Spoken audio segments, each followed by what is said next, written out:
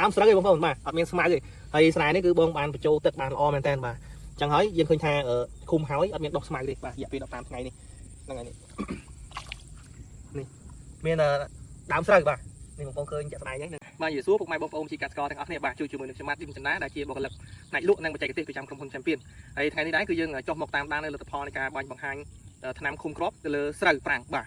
ហ្នឹងហើយឥឡូវយើងជួបជាមួយនឹងបងម្ចាស់ស្រែផ្ទាល់ទៅបាទយេស៊ូបងបាទបងជួយណែនាំឈ្មោះក៏ដូចជាទីតាំងនៅនេះបាទទេបងដល់បងប្អូនយើងខ្ញុំរស់នៅឃុំកាកដាកាត់កាកដាក្រុងចេះខេត្តចេះបាទតើបងមានឈ្មោះអីដែរបងឈ្មោះអ៊ីច័ន្ទឌិនឈ្មោះអ៊ីច័ន្ទឌិនបាទខ្ញុំបាត់នោះតារាបាទនៅឃុំរកាកដាសង្កាត់កាកដាស្រុកចិត្តបុរីខេត្តចេះការដែលយើង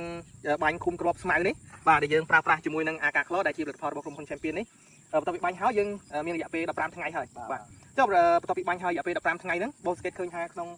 ស្រែរបស់បងមានស្មៅដុះអត់បងបន្ទាប់ពីឃុំហើយអត់មានទេបាទអត់មាននៅអត់មានទេបាទហ្នឹងហើយបង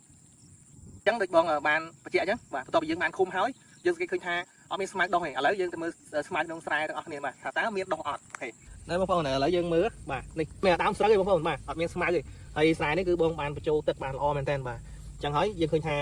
ឃុំហើយអត់មានដុះស្មៅទេបាទរយៈពេល15ថ្ងៃនេះហ្នឹងហើយនេះមាន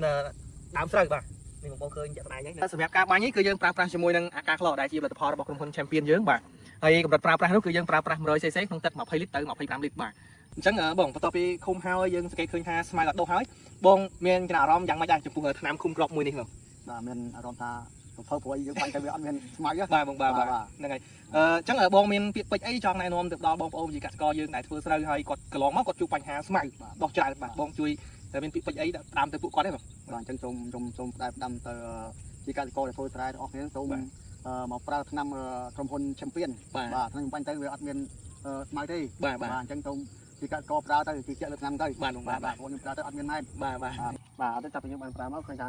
អត់ដុះស្មៅអញ្ចឹងខ្ញុំមានការជឿជាក់បាទបងមានពាក្យពេចន៍អីចង់ណែនាំទៅបងប្អូនជាកសិករយើងដទៃទៀតដែលគាត់ធ្វើស្រែបាទបើសិនជាបងប្អូនចង់ប្រើថ្នាំអីឃុំគ្រាប់បាទឃុំគ្រាប់ស្មៅអាចទិញផលិតផលក្រុមហ៊ុន Champion អញ្ចឹងបាទតែមានឈ្មោះថាអាកាក្លោបាទអាកាក្លោបាទដូចបងចាក់ស្ដែងបងគាត់បានបាញ់ហើយបាទព្រោះខ្ញុំប្រើនៅស្រែខ្ញុំឃើញថាវាអត់ដុះស្មៅអញ្ចឹងបងប្អូនចង់ប្រើជើងជឿបាទ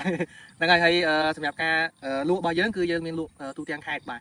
គ្រប់ទីប៉ូដែលលក់ជីថ្នាំកសិកម្មបងប្អូនអាចទៅរកទៅបាទមានទាំងអស់បាទដែលមានឈ្មោះថាអាកាក្លោបាទលេខ600បាទហ្នឹងហើយអរគុណច្រើនបងប្អូនទាំងអស់គ្នាបាទអរគុណបង